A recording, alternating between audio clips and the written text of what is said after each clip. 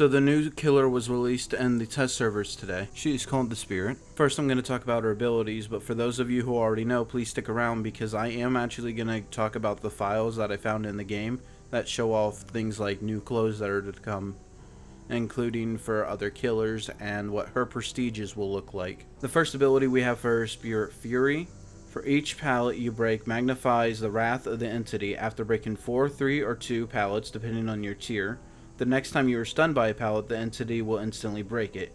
You still suffer from the stun effect penalty. So you just have to break a certain number of pallets, 4, 3, or 2, depending on your tier. You don't even have to be stunned by them, but after you break that certain amount, the next one that you are stunned by, the entity will break for you, which causes you to lose a bit less time when you're chasing someone. Next we have our Hex Haunted Grounds, teachable at level 35. 2 trapped hex totems will spawn in the trial. When one of the 2 is cleansed by a survivor, all survivors will suffer from the exposed effect for 40, 50, or 60 seconds, depending on your tier.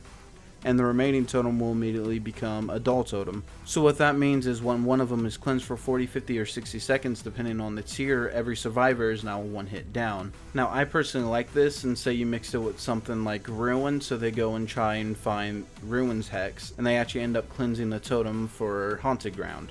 And if you put this on any other killer other than the Spirit and anybody sees it, they're just going to immediately start cleansing totems. They're not even going to think about it. So you'll more than likely always be able to use it. And I think it's actually a pretty cool perk. I could see myself running on just about any killer.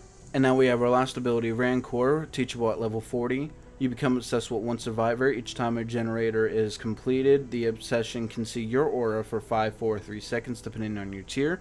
Each time a generator is complete, all survivors' locations are revealed for 3 seconds. Once all generators are completed, the obsession has exposed status effect and can be killed. So essentially what this means is that once a generator is complete for a small amount of time, your obsession can see where you're at, but you can also see the location of everyone. And not only that, but when every generator is complete, you can one hit down your obsession and actually kill them.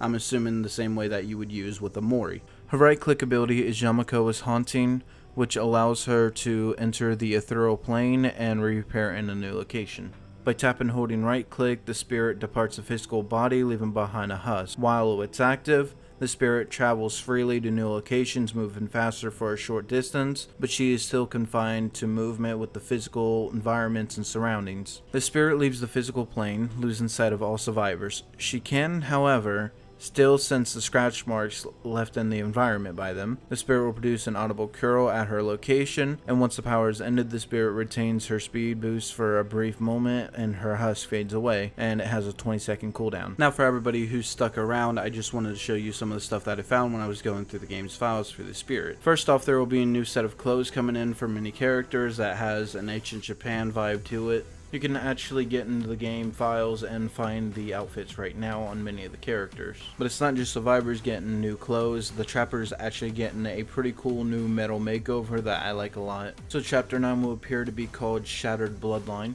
So now let's get into the prestiges. This is actually what her body is going to look like prestiged, and this is her head and her sword. It did not all come as one model, so obviously I had to break it down. If anyone can tell me if any of these symbols meant anything on her head or if they're just symbols, I would like to know if you can find out. And then this is just some promotional art that's going to be used for the character.